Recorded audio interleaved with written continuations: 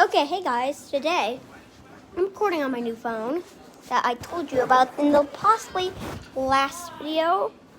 No, I haven't. So I have a new phone and I'm going to be reading Abraham Lincoln. Okay. Hold on, let me set the camera. Okay. I'm Abraham Lincoln. So here's the pictures. Second page. When I was little, even young boys were expected to work on the farm and hunt animals for food. I prefer to read. Abe, are you coming? I'll catch up with you later.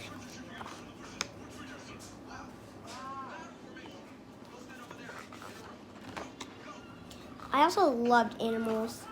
When I was 10 years old, I saw a group of boys playing with some turtles. They found turtles? I love turtles. But as I got closer, I realized they were not playing. They were taking hot coals and putting on top of the turtles to see what would happen. To them, it was harmless fun. Look, it's making the turtle run fast. It's the fastest turtle ever. So they're not taking care of the turtle. Look, that's the hot coal on the turtle shell. And they think it's fast. In that moment, I could have just walked away. But when you're 10 years old, it's hard to do the right thing. But someone has to. Let this turtle go. What did you say? You heard me. Let it go. Those boys let the turtle go. Here's the pictures. Soon after, I wrote one of my first essays about how hurting animals is wrong. That may not seem like a big deal, but back then, most kids and even adults didn't know how to write. In fact, the state of Indiana was so new, schools weren't even built yet.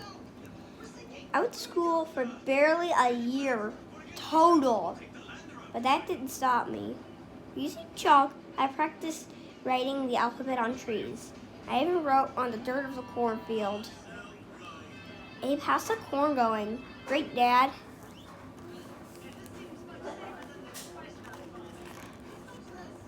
And there's the alphabet on there, on those trees. And look, he spelled his name right on the dirt on the cornfield.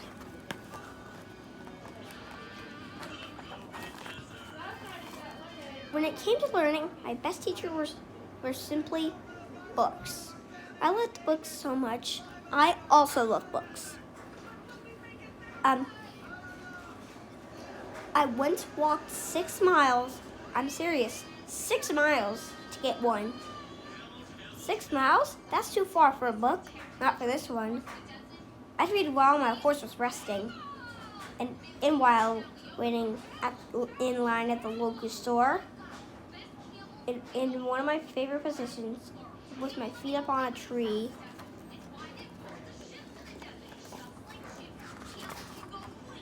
I'm gonna try to read all of the book in one video, okay? As long as it don't waste any storage, we'll be fine.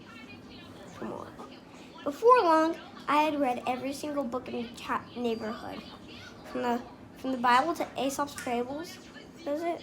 I'll just call it Aesop, because I usually say it like that. To Robinson Crusoe. Crusoe?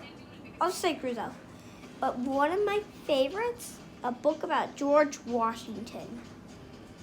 I'd even copy my favorite parts on pieces of wood. Do you want me to read the pieces of the wood I copy the parts on? Sure. He said no, it's fine. You could just skip all the way. The friend and benefactor of men. Did you know that George Washington was a friend of men? You're a strange boy, Abraham Lincoln. Yeah, but I'm going to be on the penny someday. What's a penny?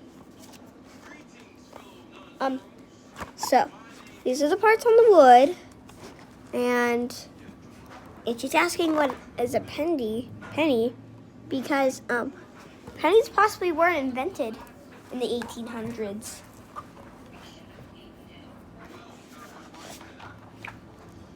When I was 22 years old, I moved to Illinois, where I met a group known as the Clary's Grove Boys.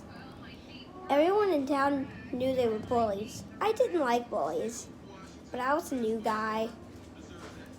When they challenged me, I didn't have much choice. Think you're better than us? I never said that. Don't be chicken. Show us what you got. Today, some people may call it a fight, but it was really a wrestling match. Me against the leader, Jack Armstrong. Back then, the rule was once you grabbed your opponent, you couldn't break your hold.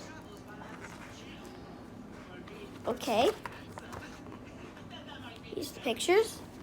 We just read for 6 minutes. I hope we can. Wham! But Jack did. So he could grab my leg and send me flying. I wasn't mad I lost. Everyone loses sometimes. What got me upset? He had cheated. You didn't play fair. Maybe you want to fight us all. See what happens. Within seconds, they all surrounded me. They were waiting for me to calm back down. I mean, not calm back down.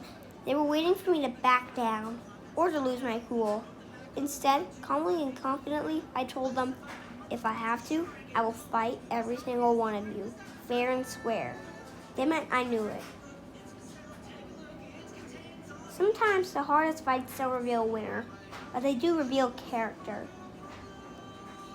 Especially when you're fighting someone you believe in.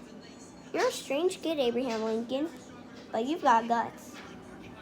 You know, I'm gonna be on the penny. What's a penny? We're already on 7 minutes? Oh my gosh. And we've read lots of pages. We've got a couple pages left. Still, not every struggle brought a victory. Years later, I saw a group of slaves chained together on the boat on Ohio River. Back then, not all people were free. Some were slaves. I have a book about somebody amazing that was in slavery. You want me to show you? Okay.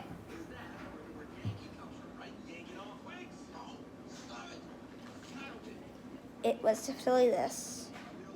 If you've seen the parts where I've read this book, go check it out. Okay, back to the video. I'll get my blanket because it's so comfy. Just because the color of their skin, they were forced to work without pay. Hey, guys, I'm trying to record a video. Don't mind that. Let me read that again. Just because the color of their skin, they were forced to work without pay. They were treated terribly. I never forgot the sight of that boat. I didn't do anything that day, but for years, the memory of those people, it haunted me. I was still thinking about them when I became president. I lost 4 elections before I got the big job. 4! America was facing one of the greatest fights in our history, the Civil War. One side wanted to let the slaves go free. The other side, we want to keep slavery going and we'll fight anyone who says otherwise. Hold on. I don't think I showed the picture. Here's the picture.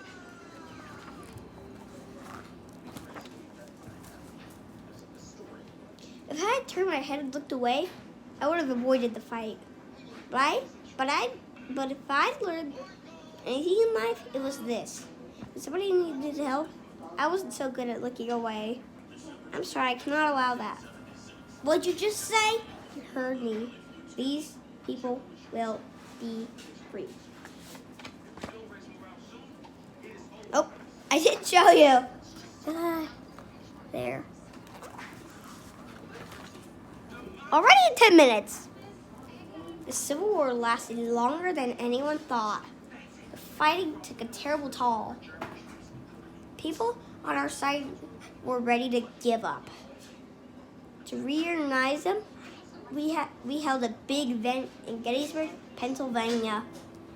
The main speaker gave a speech that lasted nearly 2 hours. I gave a speech.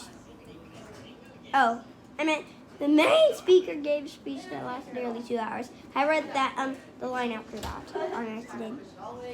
I gave a speech that lasted 2 minutes. It used only 271 words. The most important 5 words I used: all men are created equal.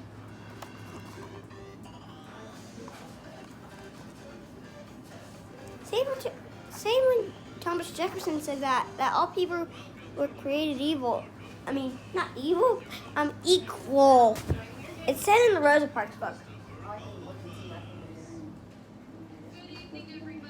This. So, what page? That's all they're gonna do is take that fucking syringe and they're gonna put water in it. It's not working. Hold on. Well, I tried to walk around my rock. I tried my camera.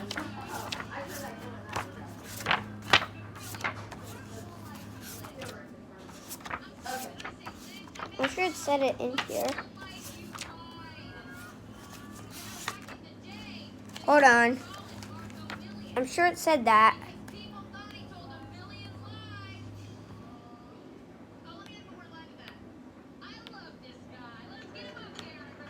I was sure it said it in this book.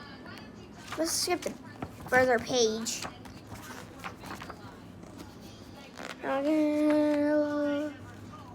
What? Is it saying? Oh, I thought it was in a speech bubble. So it says, Thomas Jefferson wrote that we're all created equal. In that book. Let's not waste any more minutes. It's already the 12th minute.